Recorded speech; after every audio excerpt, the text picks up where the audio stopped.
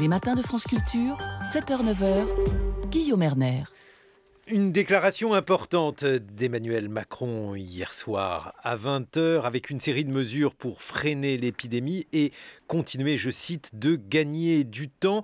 On revient là-dessus avec différents intervenants, avec le journaliste Gérard Courtois, bonjour. Avec un romancier, Alexandre Labru, vous publiez Chronique d'une station-service et vous revenez d'Ouran. Alexandre Labru, cette ville chinoise qui a été le berceau probable de l'épidémie. Et puis, nous sommes en ligne par Internet avec le philosophe Frédéric Worms. Bonjour Frédéric. Bonjour Guillaume. J'ai d'abord une question à vous poser parce que vous êtes aujourd'hui confiné et j'aimerais savoir quel est le regard qu'un philosophe porte sur cette situation de confinement qui est bien entendu une situation inédite, Frédéric Worms. Oui, c'est vrai que depuis une semaine, je suis confiné par précaution. Ça paraît déjà loin. C'était ce qu'on appelait la quatorzaine, quand on était il y a une semaine en contact avec un cas avéré. Donc j'ai été confiné par précaution pour moi et pour les autres. Et maintenant, ça paraît loin parce que ça paraît même une mesure, disons, presque individuelle, un petit peu de luxe. Mais en fait, évidemment, ça révèle notre condition à tous, aujourd'hui et même en général. Moi, ça me confirme que nous sommes de part en part relationnels. C'est-à-dire que l'épidémie nous confirme que nos corps sont en contact. Et les mesures nous confirment que c'est pas facile d'être isolé, même si les moyens sociaux, même là, on arrive à se parler. Et ça, c'est important parce que c'est un élément nouveau, le numérique aussi, mais c'est vrai que ça fait partie des choses. Je relisais comme beaucoup La peste de Camus. J'étais très frappé, c'est l'insistance, c'est son thème principal. Les gens reclus dans la cité en quarantaine, il les appelle les séparés. Et ils pensent surtout à leur absence de relation avec les êtres aimés, avec les proches, avec leur vie sociale. Et je pense qu'effectivement, la séparation est une dimension de la relation. Ça fait partie de ce qu'il faut penser aujourd'hui et surtout de ce qu'il faut assumer de façon responsable. Alors c'est un peu la situation que vous avez vécue, Alexandre Labru.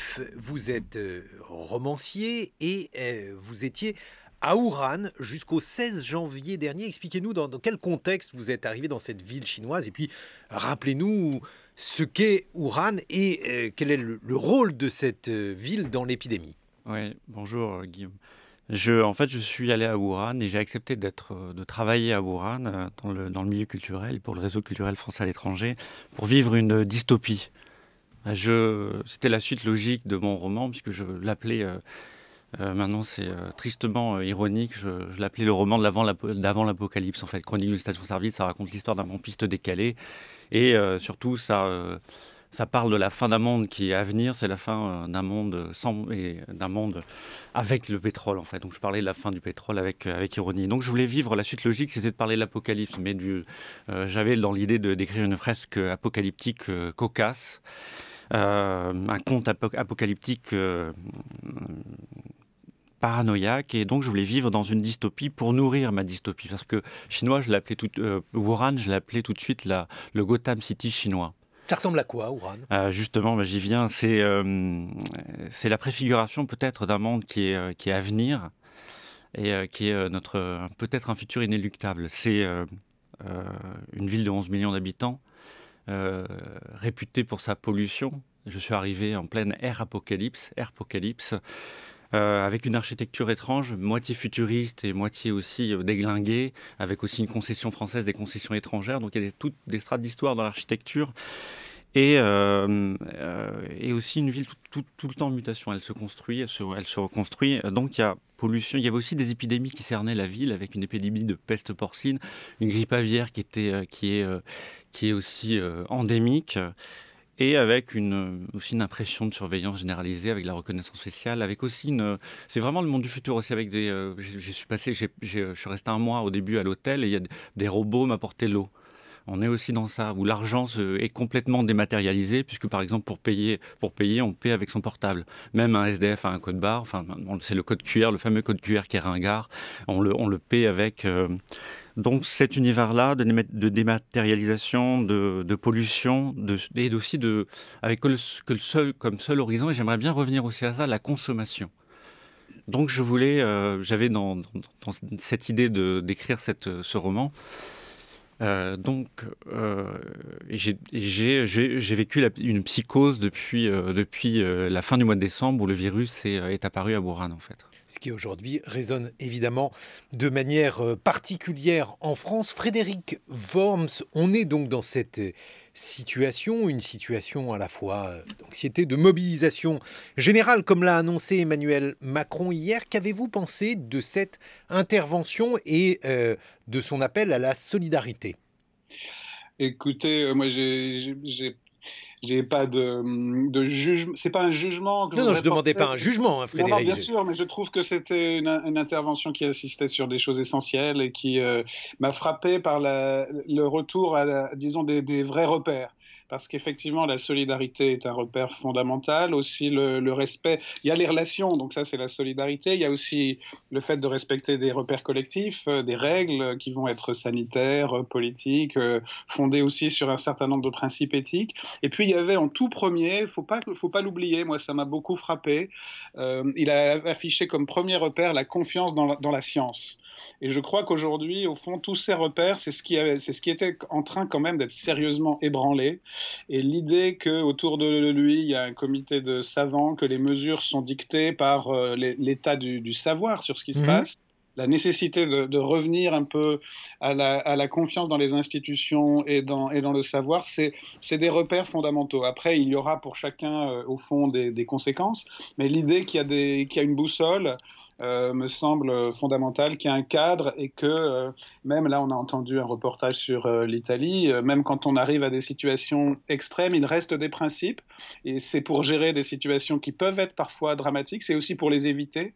Et j'ai trouvé vraiment qu'on avait un cadre. Après, maintenant, la mise en œuvre, chacun doit l'assumer dans son lieu, dans ses lieux. Et je crois qu'il faut garder ce sentiment qu'on a une boussole, qu'on a des institutions.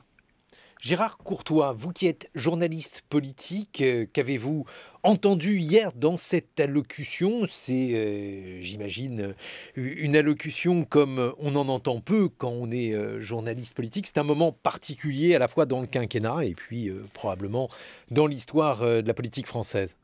C'est un moment particulier, mais c'est un moment qu'on a déjà connu au cours des dernières années. Et si on reprend la réaction de Nicolas Sarkozy au lendemain, quelques jours après le déclenchement de la crise financière de 2008, ou si on reprend et à chaque fois ce sont des discours solennels adressés par le chef de l'État au pays. Si on reprend le discours, la première réaction à chaud, j'allais dire sur place, ou quasiment en route vers les locaux de Charlie Hebdo, ou l'allocution solennelle de François Hollande le soir de cet attentat, on a, si je puis dire, le même modèle.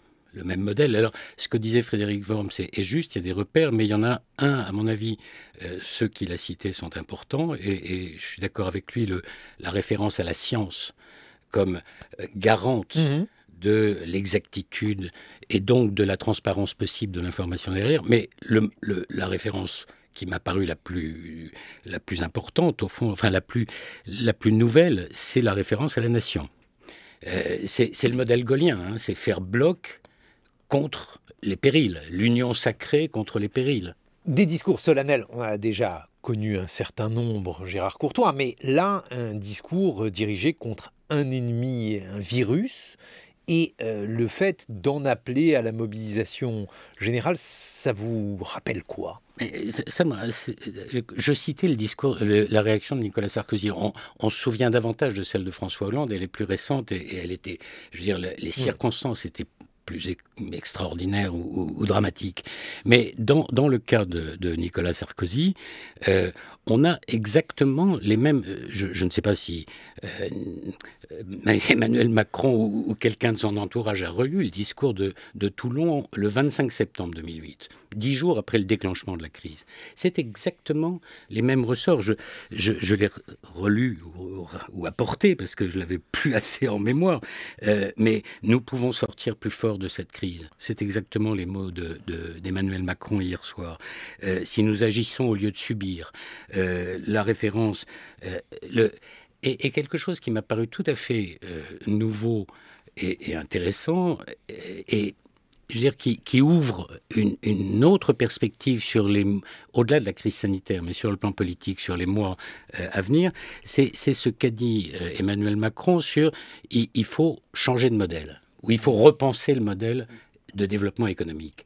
Or, c'est exactement ce que disait Nicolas Sarkozy en 2008. Je le cite, la crise financière n'est pas la crise du capitalisme, c'est la crise d'un système qui s'est éloigné des valeurs les plus fondamentales du capitalisme.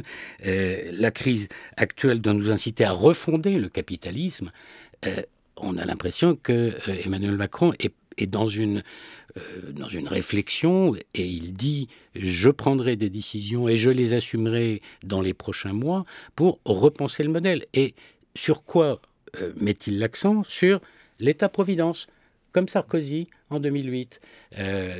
L'État-providence, valeur sacrée, a-t-il dit.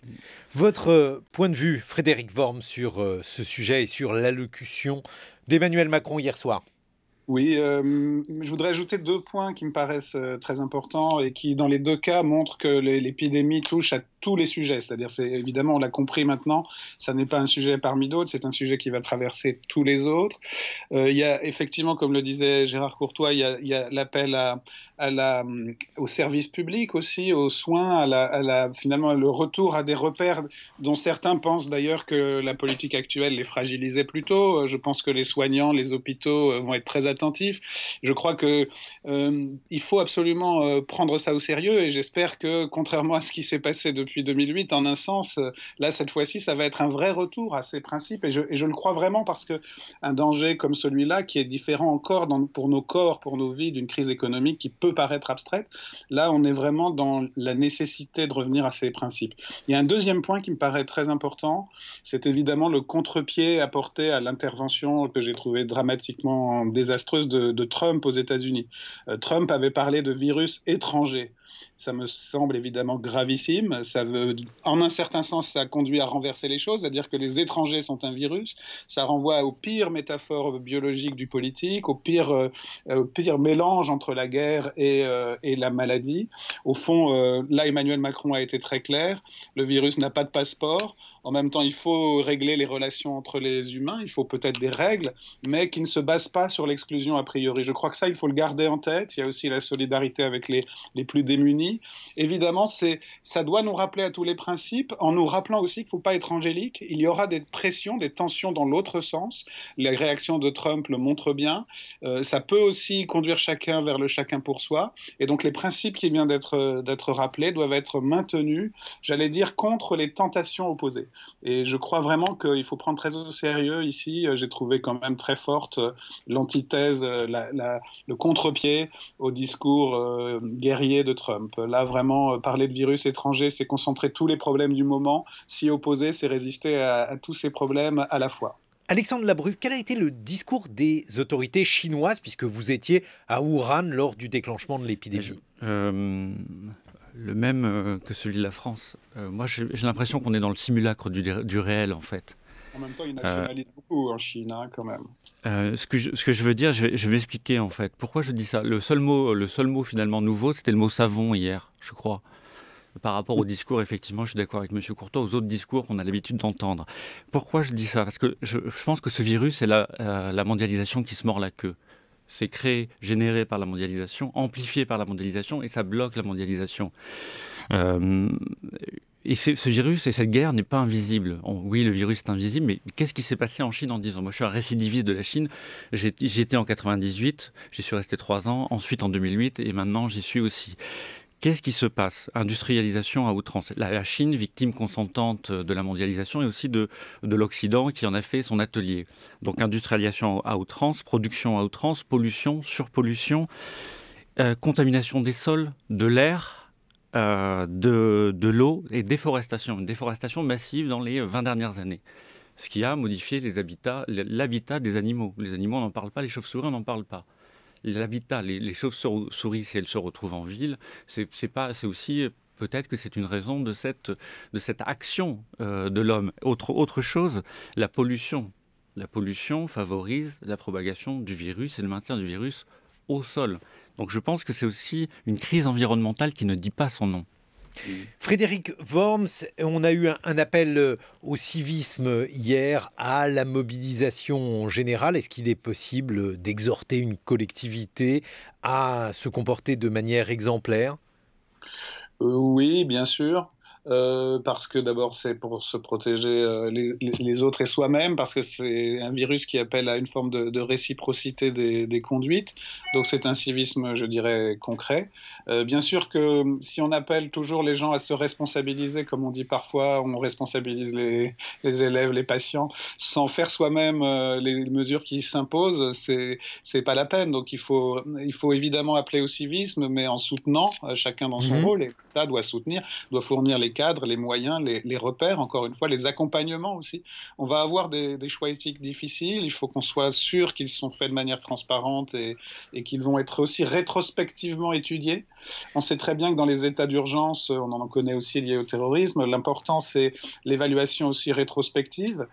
Comment est-ce qu'ensuite on va revenir à la normale et à l'examen de ce qui a été fait.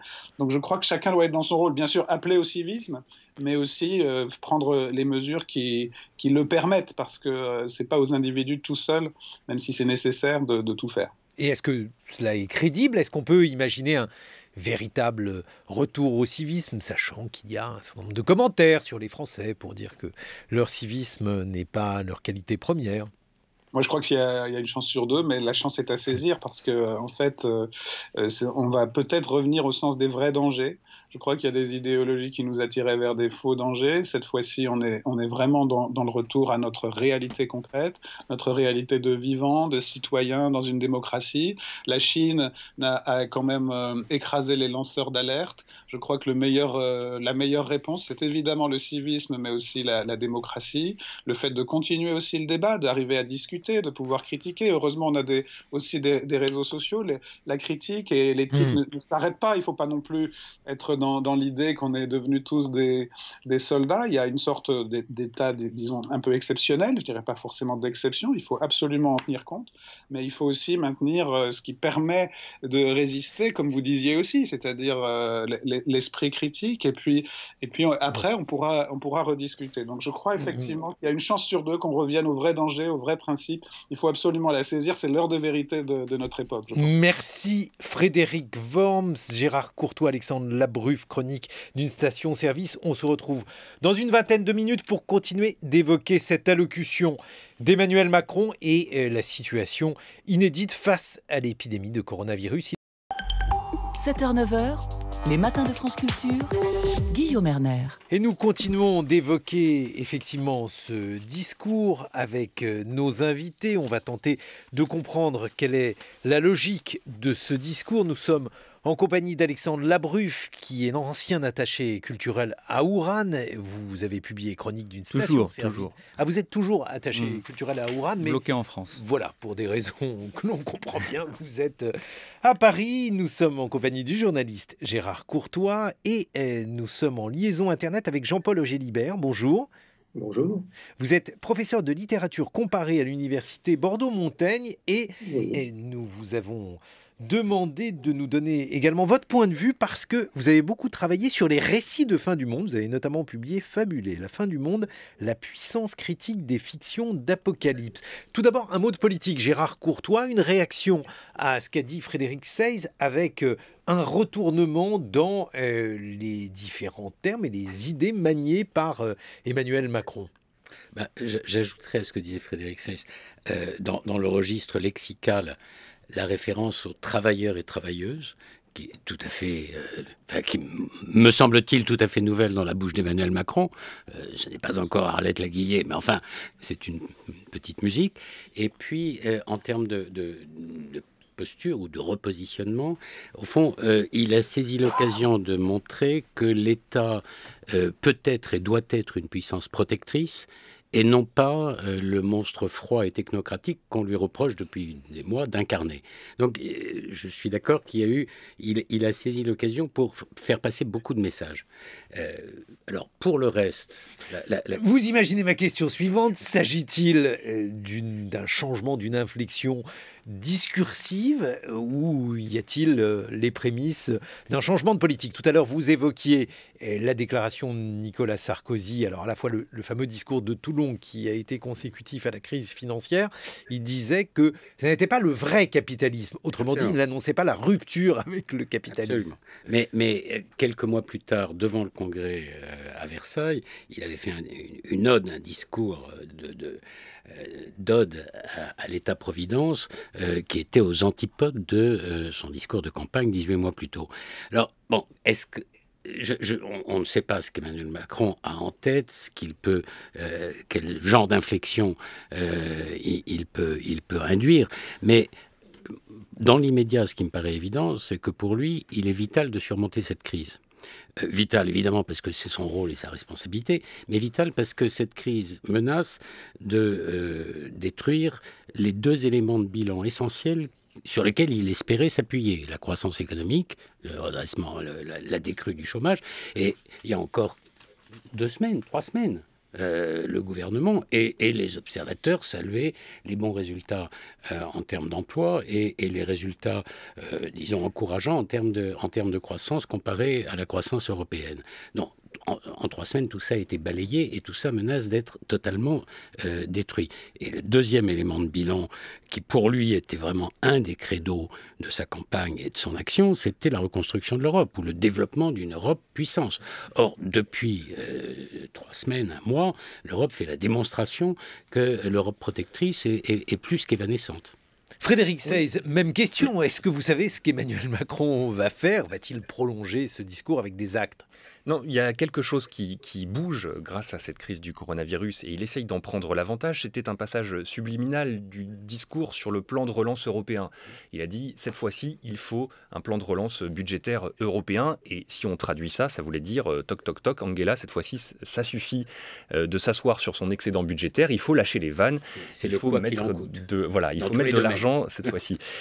Donc, il a réussi à avancer ses pions grâce à cela. Et en Allemagne, le débat bouge de plus en plus sur cette question du Schwarzennull, le déficit zéro qui est jusqu'ici la doctrine des conservateurs allemands et bien au-delà d'ailleurs. Il y avait plusieurs messages subliminaux, il y a aussi celui d'ailleurs pas très subliminal pour la directrice de la BCE, Christine Lagarde, qui l'a appelé à faire beaucoup plus pour soutenir les petites et moyennes entreprises européennes, voire à baisser les taux pour injecter encore davantage de capital. Et puis il y avait le message subliminal à Donald Trump sur le repli nationaliste, qui pouvait d'ailleurs aussi s'appliquer à Marine Le Pen. La fermeture des frontières n'est pas efficace entre les pays, a dit Emmanuel Macron. Marine Le Pen qui peut aussi s'être sentie visée quand il a expliqué que le système de santé gratuit et sans condition était un bien précieux. On se souvient que le débat présidentiel avait été marqué par le débat autour de l'AME, l'aide médicale d'État.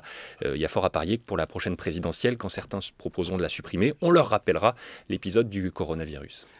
Gérard Courtois. Un mot encore. Ce qui me frappe, c'est que ce soit Sarkozy en 2008 ou François Hollande au lendemain de l'attentat contre Charlie Hebdo et l'hypercacher, se sont adossés et se sont appuyés et ont pu mettre en avant la coopération internationale. Ça a été le G20 bien connu, où Nicolas Sarkozy a vraiment forcé ses partenaires à mettre en place un dispositif de protection des banques mondiales.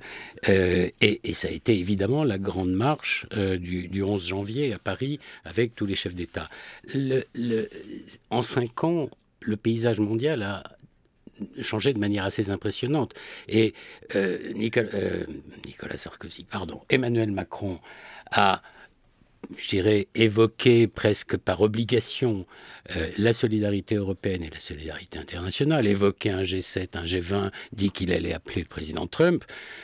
Il est évident qu'on n'est plus du tout aujourd'hui, qu'on est dans le chacun pour soi et qu'on n'est plus du tout dans la capacité d'un président français, semble-t-il en tout cas, à entraîner un vrai mouvement, une vraie solidarité collective et internationale autour de lui. D'autres types de discours. Jean-Paul Angélibert, vous êtes en liaison Internet avec nous, vous êtes professeur de littérature comparée à l'université de Bordeaux-Montaigne, et vous avez beaucoup étudié ce qu'on appelle les fictions d'apocalypse.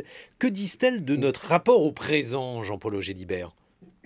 Alors moi, ce qui me frappe dans ce qu'on vient d'entendre, je pense au billet de Frédéric Seyss tout à l'heure, où il a parlé de l'allocution présidentielle comme d'un discours de guerre en temps de paix, ça me fait énormément penser à un roman d'Antonio Saramago qui s'appelle L'Aveuglement et qui a été publié dans les années 90, dans lequel Saramago raconte une épidémie. Et très tôt dans le roman arrive un conseil des ministres, qui est un véritable conseil de guerre en temps de paix, qui prend des mesures de confinement qui évoquent de très près celles qu'on vit aujourd'hui, et qui donne l'impression que tout ce qu'on vit aujourd'hui, on l'a déjà vu, on l'a déjà lu. C'est-à-dire que toute la littérature apocalyptique, toute la littérature d'épidémie qu'on peut lire depuis un siècle ou deux, nous a préparé à ce qu'on voit aujourd'hui. Je suis aussi frappé par les images de Wuhan qu'on peut voir sur Internet, qui ressemblent aux films hollywoodiens, qui montrent Manhattan désert, après l'évanouissement de la population. C'est-à-dire qu'en ce moment, on a l'impression d'un déjà-vu assez impressionnant, comme si la littérature était capable de lire les lignes de faille du présent et d'anticiper l'avenir de cette façon-là. Mais alors, justement, parce que la littérature joue souvent de nos peurs, lorsque ces peurs se réalisent en tout ou partie, et ben, qu'en dire, Jean-Paul Gélibert? Ce qui m'intéresse surtout, c'est moins qu'elle joue avec nos peurs, qu'elle nous permet de les désarmer. Parce que faire le détour de la fiction pour représenter le réel, c'est aussi une manière de prendre de la distance par rapport à lui et de regarder la réalité à travers un filtre. Et ce filtre nous permet de prendre d'autres points de vue. Et si on prend d'autres points de vue, on s'aperçoit que la fin du monde est déjà survenue. La fin du monde est déjà survenue pour les populations des Indiens d'Amérique, pour les populations des Africains esclavagisés, etc. Et donc, vivre par empathie avec les personnages qui ont déjà vécu une fin du monde nous permet de relativiser la nôtre. Et alors justement, quelle place ont les épidémies dans les récits de fin du monde ? Elles ont une place que je ne saurais pas évaluer parce que je pense que ça ne se mesure pas quantitativement. Ce qui est intéressant, c'est que toute cette littérature, qu'elle mentionne des épidémies ou non, nous permet de prendre de la distance avec notre présent en suspendant ce qu'on croit évident. C'est-à-dire que ce qu'on croit absolument évident dans notre monde, disposer du confort quotidien, disposer de marchandises qui nous arrivent facilement, avoir des relations sociales qui se déroulent sur un mode bien connu, avoir une représentation politique, etc. Tout cela, ça peut cesser d'exister, tout cela, c'est provisoire et ça peut être détruit. Et ça nous permet de toucher du doigt la fragilité de nos institutions, la fragilité de notre vie, y compris de notre vie biologique. Et ce qui est intéressant avec les fictions littéraires qui représentent la fragilité de notre monde, c'est de nous faire éprouver la contingence de tout ce qu'on croit évident. Et puis nous sommes en compagnie d'un romancier, Alexandre Labruffe. Vous avez publié Chronique d'une station-service, Alexandre Labruffe, et puis vous revenez d'Ouran. Oui. Cela résonne avec votre expérience. J'ai l'impression qu'on vient de rentrer dans le 21e siècle, mais vraiment. C'est-à-dire que c'est le siècle de la science-fiction. Et j'ai plutôt l'impression d'être mais un petit peu en avance ou de voir, d'être dans La Jetée de Chris Marker, où c'est effectivement un monde contaminé qui était ensuite repris par Terry Gilliam, L'Armée des 12 singes, où c'est un monde contaminé et où les gens sont confinés, mais dans les souterrains en fait. Ou alors j'ai peut-être aussi l'impression d'être dans le roman de Richard Matheson, Je suis une légende. Pourquoi je parlais tout à l'heure, j'étais un peu sévère en fait, je parlais de simulacre du réel ou de déni du réel, mais c'est vrai que le discours de notre président donne l'impression qu'on se réveille un peu, mais est-ce que ce réveil est une fable ? Moi j'aimerais bien qu'on tourne notre regard vers l'Asie. Ouran, en effet, le professeur Angèle Libert l'a rappelé, c'est des images impressionnantes et c'est 50 jours de confinement. Après 50 jours de confinement, on vient à bout du virus. Autre exemple aussi, 50 jours de confinement drastique, avec une population rationnée et interdite de sortir de chez elle depuis 50 jours. Autre exemple, Taïwan, 23 millions d'habitants, à 100 km de la Chine, et c'est simplement 48 contaminés et un mort. On a donc un discours politique qui marque incontestablement une étape importante. Gérard Courtois, il me faut quand même poser une question prosaïque. Il y a des élections municipales ce week-end. Celles-ci n'ont pas été déplacées. Quelles peuvent être les conséquences? Elles sont compliquées à évaluer d'une situation de ce type, d'un discours politique comme celui qu'Emmanuel Macron a donné hier, parce que vous avez rappelé qu'il ne s'agissait pas seulement de donner des détails pratiques sur ce qui allait être la règle désormais en France, mais il y avait aussi un discours avec une forte charge politique hier soir. Les conséquences en termes de participation, elles sont très difficiles à évaluer. Est-ce que ça va... Alors, on sait que les municipales sont... Après la présidentielle, l'élection où la participation est la plus forte, ou en tout cas la moins faible. Donc, est-ce que ça va jouer là-dessus? Est-ce que les personnes âgées, qui sont plus votantes que les plus jeunes, vont se déplacer ou pas? Est-ce qu'elles vont... Bon, bref, là, il y a une relative inconnue. Pour le reste, ce qui me paraît, au fond, le commentaire le plus évident aujourd'hui, c'est que cette crise sanitaire a éclipsé le reste de la politique. On n'entend plus parler, ou presque. Alors ça reviendra. Ça n'a pas disparu. Mais les retraites, le 49.3 qui mettait la France en ébullition, en effervescence il y a encore 2 semaines, ont disparu. Les municipales, les meetings ont été annulés. Les habitudes, les images de serrage de main, de marché, d'embrassade, de selfie, tout ça a été éclipsé.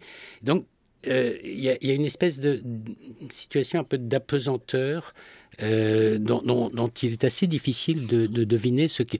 Alors, je veux dire, ça ne changera pas les rapports de force. Ce sera de toute façon le constat que le macronisme n'est pour l'instant pas, en tout cas, un parti doté d'une implantation locale sérieuse. Et que probablement, ce sera un vote qui sera interprété par les oppositions comme un vote négatif pour le président. Voilà, mais... voilà.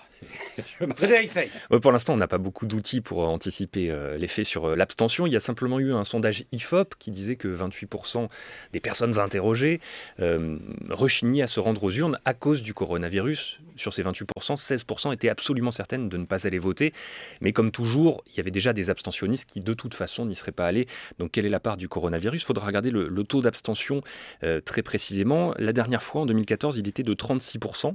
Il a augmenté d'élection en élection. En 95, c'était 31%. Donc on voit qu'à chaque fois, il progresse déjà sur fond de crise démocratique et il résiste effectivement, comme le dit Gérard Courtois, plutôt mieux que sur les autres scrutins. Ça a changé la campagne, effectivement, puisque une campagne municipale, c'est la campagne du serrage de main, c'est la campagne de la bise. Vous allez voir votre boulangère, votre bouchère, votre coiffeur pour porter la bonne parole. Qui était encore là. Et derrière, exactement, il toucherait les coudes, à n'en pas douter. Derrière, il y aura peut-être aussi une polémique, ou du moins une question à laquelle devra répondre le gouvernement. C'est pourquoi confiner les élèves chez eux, pourquoi fermer les écoles et pourquoi ne rien dire des élections municipales chez eux. Voilà. Pourquoi renvoyer les élèves chez eux en tout cas, pourquoi fermer les écoles et ne rien faire sur les élections. Alors il y aura une réponse pour le gouvernement tout de même, c'est que on sait qu'il y a 35 000 communes en France, 97% d'entre elles sont des communes de moins de 10 000 habitants. Autrement dit, vous avez très rarement un wagon de RER entier ou l'équivalent d'un wagon de train qui va voter en même temps. Vous n'avez pas des files d'attente de 3 km. Donc la promiscuité, le temps de voter sur 5 à 10 minutes, est beaucoup plus faible que de passer 7 heures dans une classe ensemble à 30, évidemment. Gérard Courtois. Encore un mot, je pense que globalement, cette crise sanitaire et la réaction du président hier, la mise en scène au bon sens du terme de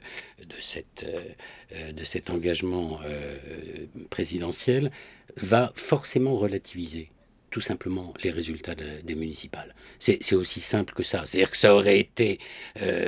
dire, le commentaire majeur, ça le sera évidemment lundi prochain et 8 jours plus tard, mais je pense que la hiérarchie des problèmes et des enjeux fera que ça permettra probablement au président de la République et au gouvernement de passer plus en douceur ce cap qui n'était pas du tout évident. Jean-Paul Augé-Libert, on a beaucoup parlé de peur, on a d'ailleurs dit que les médias jouaient là-dessus, et justement, dans la littérature d'apocalypse que vous avez particulièrement étudiée, on pourrait se demander s'il n'y a pas une sorte de jouissance de la destruction. Ça existe évidemment, et si on lit ces textes, c'est aussi parce qu'on aime se faire peur. Il y a une ambivalence dans tous les récits apocalyptiques et dans toutes les fictions d'épidémie. D'un côté, on joue à se faire peur, et de l'autre côté, ça nous préserve aussi, ça nous entraîne, ça nous prépare. Quand je disais tout à l'heure qu'on a déjà vu toutes les scènes actuelles dans des fictions, ça veut dire aussi que ces fictions nous préparent à regarder la réalité présente. Quand les fictions regardent ce que j'appelle les lignes de faille du présent pour nous permettre d'anticiper, elles nous préparent à ce qui va nous arriver. Ce qui me frappe beaucoup en ce moment, c'est à quel point l'épidémie nous rappelle que nous avons un corps et que toute notre puissance technique est impuissante à nous préserver absolument de ce qui peut atteindre notre corps. Ça rappelle ce que dit Latour, nous sommes terrestres. L'épidémie, elle nous rappelle que nous sommes terrestres, et ça, les fictions d'épidémie nous le disent depuis au moins une centaine d'années. Alexandre Labruffe, il y a d'autres fictions qui peuvent intéresser le romancier, ce sont les théories du complot. Je crois que vous en avez entendu un certain nombre à Wuhan. Je veux juste rebondir sur le mot corps. Je crois que notre corps, c'est la planète, en fait, qu'on détruit. Oui. Après, c'est vrai que c'est très intéressant aussi dans cette histoire, dans ce virus, c'est le mélange du vrai et du faux, la fiction et la réalité. Ce qui s'est passé à Wuhan pendant que les chiffres étaient bloqués, puisqu'on est le 31 décembre, on était à 41 contaminés et 1 mort, et c'est resté jusqu'au 16 janvier, 41 contaminés et 1 mort. Il y avait tout effectivement des images qui venaient de partout, avec des rumeurs, les rumeurs les plus folles, liées au laboratoire, mais liées aussi à des personnages qui... Quelles rumeurs ? Les rumeurs que le laboratoire P4 qui a été construit en collaboration avec la France, à Wuhan, entre la France et la Chine, serait à l'origine de ce virus. Parce que c'est d'ailleurs le sujet des idées claires de cette semaine. Oui, après, c'est vrai que 60% la Chine a nettoyé ce marché aux poissons où serait né le virus. 60% des cas sont nés et ce qui a alimenté dans ce marché aux poissons. 40% des cas, on ne sait pas. On parle de l'origine même du virus à Wuhan. Donc, ce qui a nourri toutes les théories du complot, c'est-à-dire soit c'est effectivement ce laboratoire, c'est à dessein, ou alors c'est une fuite accidentelle. Les ouvriers ont vendu des chauves-souris sur le marché et du coup ils ont des chauves-souris de laboratoire. Ensuite, ça peut être, certains parlent des théories de renversement du régime, mais on voit aussi que des images. Parce qu'il y a plein d'images qui circulaient en Chine aussi à ce moment-là, pendant toute la période de début janvier, où on voyait des corps tomber. On ne savait pas, pour dénouer le vrai du faux, on ne sait pas. En fait, la fiction et la réalité sont en train de se mélanger. Et c'est justement quand on étudie la fiction et précisément les fictions d'apocalypse, Jean-Paul Augé-Libert, alors on a bien entendu le déroulé de la crise. Comment les crises se dénouent-elles dans les fictions que vous avez étudiées ? Elles ne se dénouent pas forcément. Parfois, ça se termine par l'extinction de l'espèce, parfois ça se termine mieux. Bon, mais ça serait trop simple quand même, Jean-Paul Augé-Libert, l'extinction de l'espèce. Non, mais j'ai pas de solution, et la littérature n'a pas de solution non plus. Je vais vous raconter une petite fable très rapidement.